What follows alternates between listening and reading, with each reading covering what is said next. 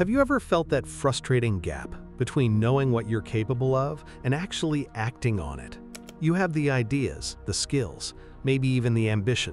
But when it matters most, say in a job interview, a social gathering, or even just pursuing a personal dream, self-doubt suddenly creeps in. You hesitate, you second-guess, and opportunities slip away. Not because you weren't good enough, but because your confidence failed you. Why does this happen?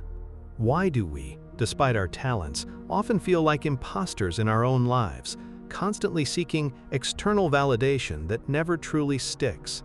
It's a profound disconnect. What if true confidence isn't about being fearless or perfectly prepared, but about cultivating an unshakable inner resilience that no external circumstance can touch? This isn't just about feeling nervous. It's a quiet struggle, holding us back from living the life we truly want. It's that voice inside that whispers, "You're not ready," or "You're not enough," even when you know deep down you are. And here's the thing. This isn't a problem unique to you. It's a common human experience. In a world that often measures our worth by external successes, it's easy to tie our self-esteem to things outside our control, like other people's opinions, or the outcome of a situation. But when our confidence depends on these unstable things, it's bound to crumble when things get tough. But what if there's a different way? What if the secret to lasting, unshakable confidence isn't about chasing external wins, but about building something powerful within yourself? Thousands of years ago, a wise philosopher named Epictetus, a former slave who became one of the most influential Stoic thinkers, taught profound lessons about freedom, about inner peace, and about a kind of confidence that withstands anything life throws at you. Today, we're going to embark on an exploration of Epictetus's timeless wisdom. We'll discover his powerful ideas that show us why our confidence often feels fragile and how to build an inner strength that no challenge can ever truly shake. This video isn't about quick fixes. It's about a profound shift in how you see yourself and the world, giving you the power to cultivate unstoppable confidence. Stay with me, because by the end, you'll not only understand the true nature of confidence, but also gain practical tools to start building that unshakable inner resilience. Tools that will allow you to act on your potential without hesitation and live a life aligned with your truest self. So, where do we begin? Epictetus gives us a foundational principle, key to unshakable confidence: the dichotomy of control. This simple idea holds immense power. Epictetus taught that some things are within our control, others are not. He urged us to focus our energy only on what is truly ours. Everything else, we should treat with indifference, not in a cold or uncaring way, but by accepting that these things just aren't up to us. Let's break this down. Epictetus says it's our opinions, our choices, our desires, our aversions, and our actions. Think about that for a moment. These are all things that happen inside you, your thoughts, decisions, reactions, goals. You master your inner world. Now, what's not within our control? Well, almost everything else. Our body, property, reputation, health, what others think, the weather, economy, traffic, past events, future outcomes, even how long we live. All these are external. Now, how does this relate to confidence? Think back to those moments of self-doubt, when you hold back from speaking up in a meeting, say because you're worried about what others might think of your idea. You're placing your confidence in their opinion, something entirely outside your control. When you don't apply for a dream job because you fear rejection, you're tying your self-worth to an outcome, getting hired or not, which is also largely outside your control. Our confidence crumbles because we build it on shifting foundations. We build it on external praise, on material possessions, on specific achievements, on the approval of others. And these are all things that can be taken away, changed, or withheld at any moment. Imagine you're an athlete. You can control how hard you train, how disciplined you are with your diet, how much effort you put into each practice. But, you can't control the weather on game day, the referee's calls, your opponent's skill level, or even whether you get injured.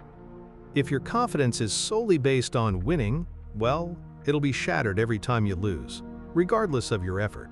But if your confidence is based on giving your absolute best effort, on pushing your own limits, on playing with integrity, then your confidence remains strong, win or lose. You've done everything within your control. That's an unshakable kind of confidence. This isn't about blame, but rather recognizing where we've mistakenly placed our focus. We've been taught, often subtly, to link our worth to external metrics. But Epictetus challenges us to see that true freedom, and thus true confidence, comes from severing that link. It comes from understanding this. The only things that can truly limit you or undermine your confidence are your own choices and your own judgments about what happens to you. This might sound simple, but it's difficult to live by, because we're conditioned to seek external validation. But how do we practically apply this, and what does it really mean to control our judgments? This leads us directly to the second core concept from Epictetus, the power of judgment. He famously said, "Men are disturbed not by things, but by the views which they take of them." It means that the difficult situations in our lives, the job loss, the public speaking engagement, the social rejection, are not inherently good or bad. They are just events. It is our interpretation, our judgment about these events, that causes our distress, our fear, and our lack of confidence. Think about it this way. Someone says something critical about you. The words themselves are just sounds. Your confidence takes a hit because you judge those words to mean you are inadequate, unliked, or foolish. But what if you judge them differently? What if you saw them as simply one person's opinion, or perhaps a misunderstanding, or even a challenge to improve? The external event didn't change, but your inner experience and confidence would remain intact. This is the freedom Epictetus offers. You can't control what others say or do, but you control how you interpret it. That little voice inside that whispers you're not ready or you're not enough, it's a judgment. It's not a fact. It's a story your mind tells you, and because it's a judgment, it's within your control. This isn't about ignoring problems or pretending that bad things don't happen. It's about recognizing that while external events might cause discomfort or pain, they don't have the power to define your worth or shake your inner confidence, unless you allow your judgments to give them that power. Let's use an example. Imagine you're about to give a presentation, and suddenly your mind floods with thoughts like, what if I mess up? What if they laugh? I'm gonna look like an idiot. These are all judgments. The actual event is just standing in front of people and speaking. The anxiety and loss of confidence come from these negative predictions, these internal stories about failure and embarrassment. Epictetus would tell you to identify these judgments and question them. Is it a fact that you will mess up? No. Is it a fact that laughter means you're an idiot? No. These are just fearful interpretations. By challenging these judgments, you begin to take back control of your inner world, and your confidence starts to solidify. This principle extends to almost every area where we feel a lack of confidence. When you feel like an imposter, it's not because you are an imposter, but because you are judging your internal experience as proof of external inadequacy. When you hesitate to pursue a dream, it's often because you've already judged the path as too difficult, or the outcome as unlikely, or yourself as not capable enough. Unstoppable confidence begins when you realize you can choose your judgments, interpreting events to support your growth, not undermine it. So if our judgments are so powerful, how do we train them? How do we stop those automatic negative thoughts and build a stronger inner narrative?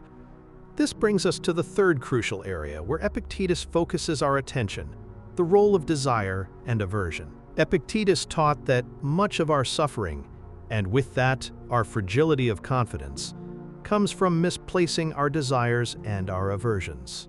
We constantly desire things that are outside our control, and we're averse to things that are also outside our control, or are simply inevitable aspects of life. Think about it. We desire external validation. We desire a specific job title, a certain amount of money, or the approval of a specific person. When these desires aren't met, our confidence takes a hit because we've linked our inner state to external outcomes. we become anxious, frustrated, or despondent. Similarly, we're often averse to discomfort, to criticism, to failure, to looking foolish, or even to the natural process of aging or illness. When these things occur, as they inevitably will, our confidence is shaken because we were averse to something we couldn't prevent. We hesitate to take risks because we're averse to failure, missing opportunities for growth and experience. Epictetus urges us to reverse this.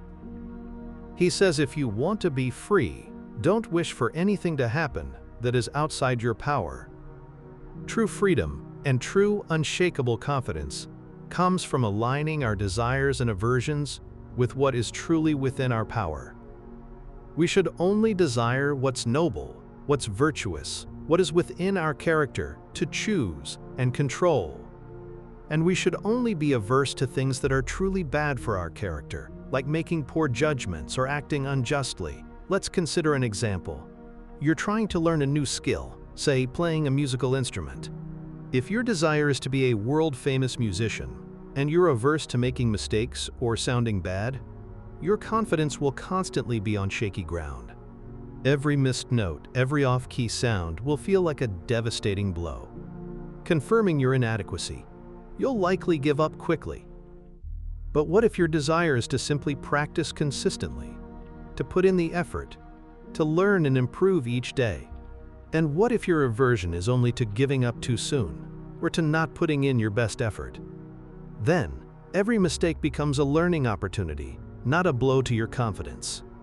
Your confidence grows not from external achievement, but from the internal process of disciplined effort, which is entirely within your control.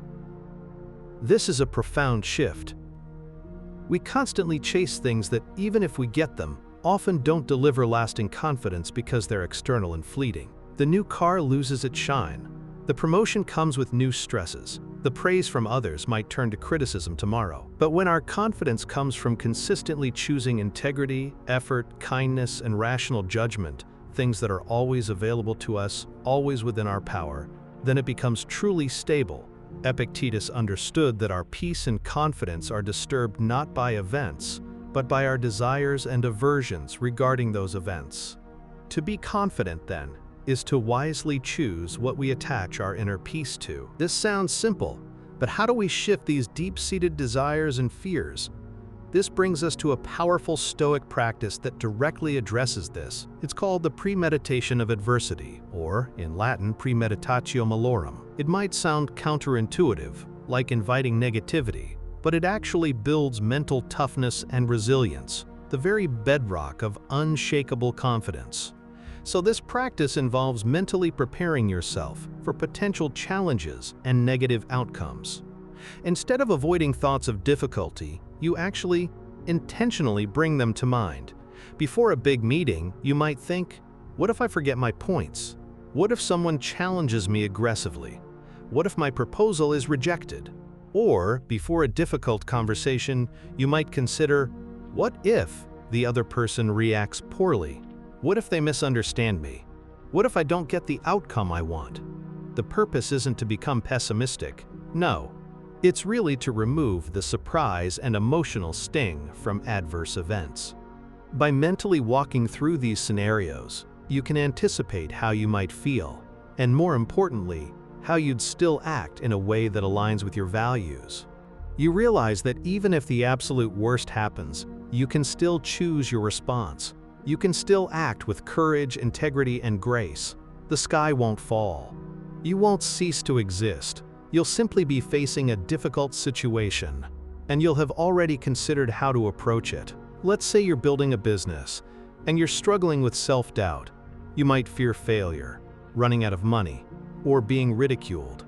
Through premeditatio malorum, you would consider, what if this business fails? I might lose my investment.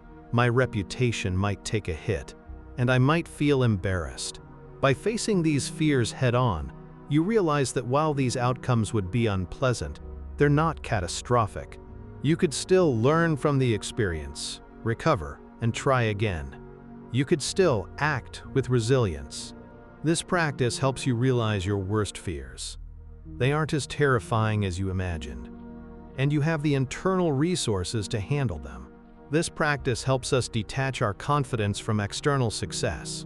So, if your confidence is tied to your business succeeding, you'll be anxious until it does, and devastated if it fails. But if your confidence is tied to your effort, your learning, your resilience in the face of challenges, then the outcome of the business, well, it becomes less important for your inner state. You're confident because you know you can face whatever comes. You've mentally prepared for it.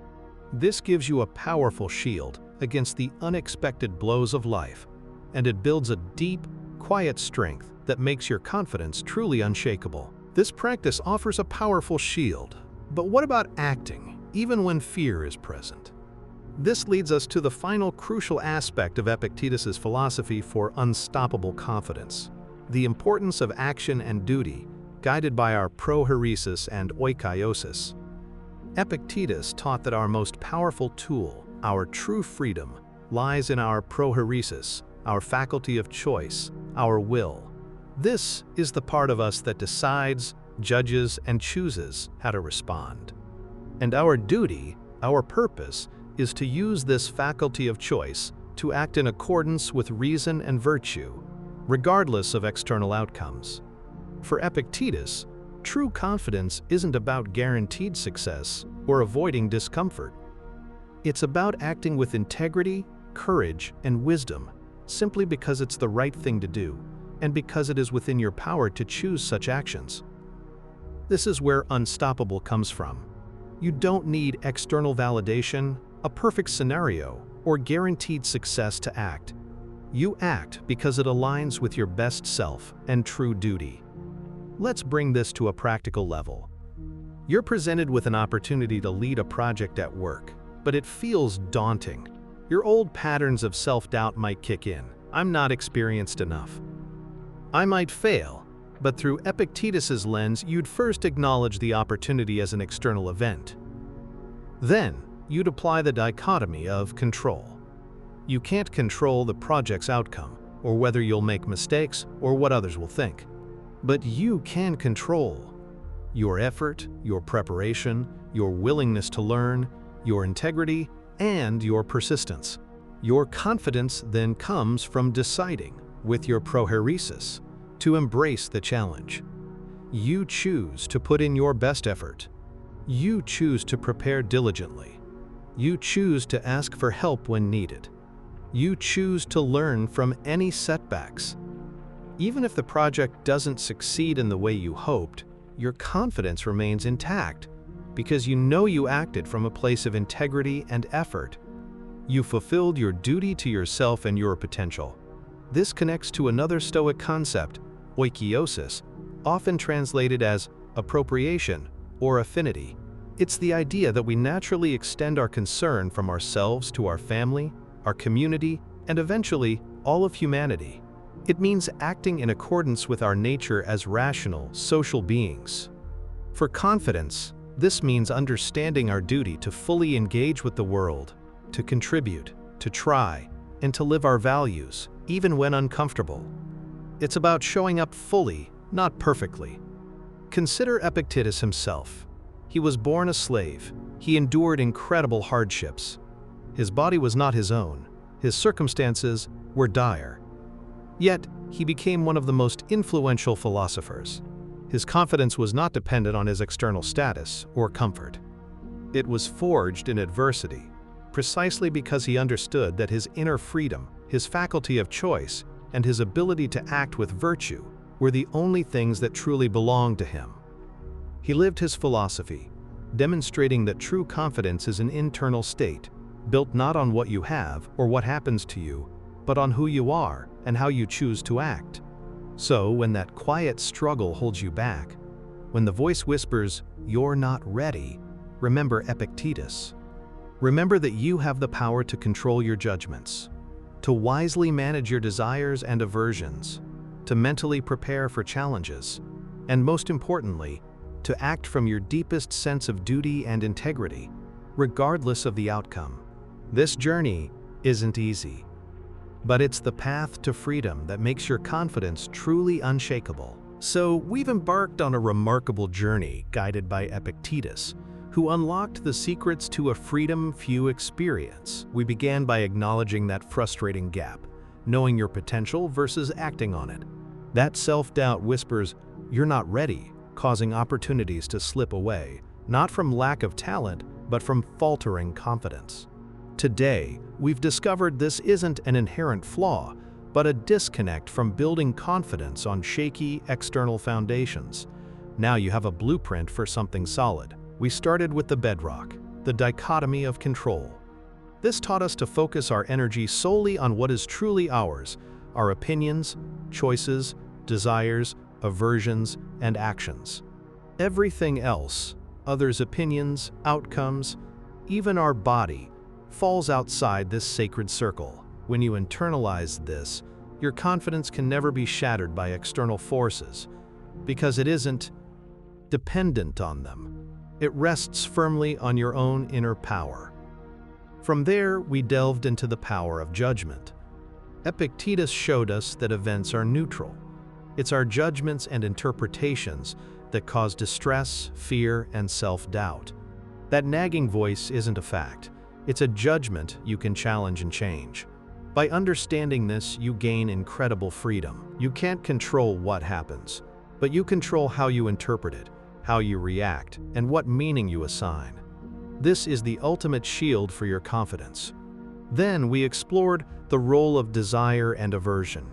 Our confidence often feels fragile because we tie our inner peace to things outside our control.